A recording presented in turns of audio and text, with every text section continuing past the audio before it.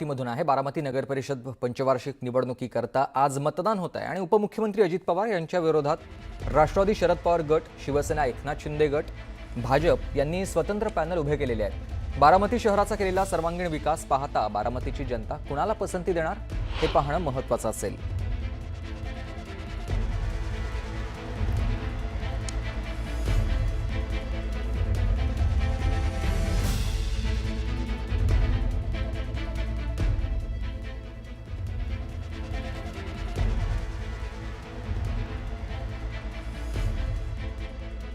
जितेंद्र जाधव माझे सहकारी आपल्यासोबत थेट बारामतीमधून जोडले गेलेत। जितेंद्र, सध्याची काय स्थिती आहे? मतदानाला कसा उत्साह आहे? सुमित, आपण बघतोय की संपूर्ण राज्याचं लक्ष लागलंय ते बारामतीकडे। आपण बघितलंय की बारामतीत उपमुख्यमंत्री अजित पवार संपूर्ण राज्यामध्ये फिरत असताना ते उदाहरण देतात की जे कुठे गेलं तरी तुम्हाला बारामती करून दाखवेल। आणि असं सगळं उदाहरण असताना बारामतीत त्यांच्याच विरोधात भाजप असेल, शिवसेना एकनाथ शिंदे गट असेल, बहुजन समाज पार्टी असेल आणि राष्ट्रवादीचे शरद पवार गट असेल, अशा चौरंगी लढत या ठिकाणी पाहायला मिळते। अजित पवार यांच्या गटाला 8 जागा बिनविरोध मिळालेल्या आहेत, तर 33 नगरसेवक आणि 1 नगराध्यक्ष पदासाठी आता ही निवडणूक होते।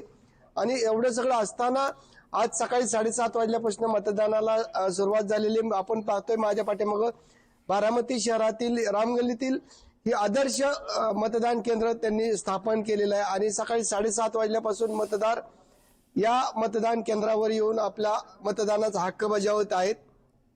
आणि आपण बघितलंय की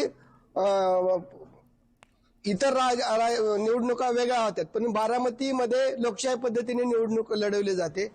कोणी यापूर्वी जी निवडणुका होत होत्या ती प्रत्येक उमेदवार हा आपापल्या परीने त्या ठिकाणी लढत असायचा आणि नंतर निवडून आल्यानंतर भाजप असेल किंवा अजित पवार गट असेल अशा ठिकाणी आपला पॅनल ते उभे करत होते। परंतु यावेळेस अजित पवार गटांनी अशी खेळी केलेली आहे जे पूर्वी विरोधामध्ये निवडून आलेले होते उमेदवार, सुनील सस्ते असतील, विष्णू पंचवदर असतील, इतर सहकाऱ्यांना बरोबर घेऊन त्यांनी आपला पॅनल उभा केलेला आहे। 8 उमेदवार त्यांनी बिनविरोध निवडून आणलेले आहेत।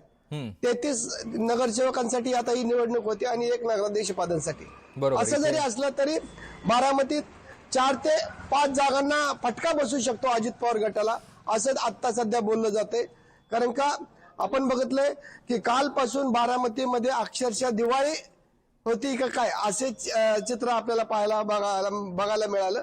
आणि जसे जसे आपण मतदान जी आपण म्हणतोय की दुपार होईल, दुपारनंतर 4 वाजल्यानंतर मतदार बरोबर आहे। 4 वाजल्यानंतर मतदार कदाचित अधिक प्रमाणात इथे येतील आणि त्यानंतर मतदानाचा टक्का आणखी वाढेल। धन्यवाद तुमच्याकडून। आम्ही सातत्याने या सगळ्या संदर्भात सविस्तर माहिती घेत राहू।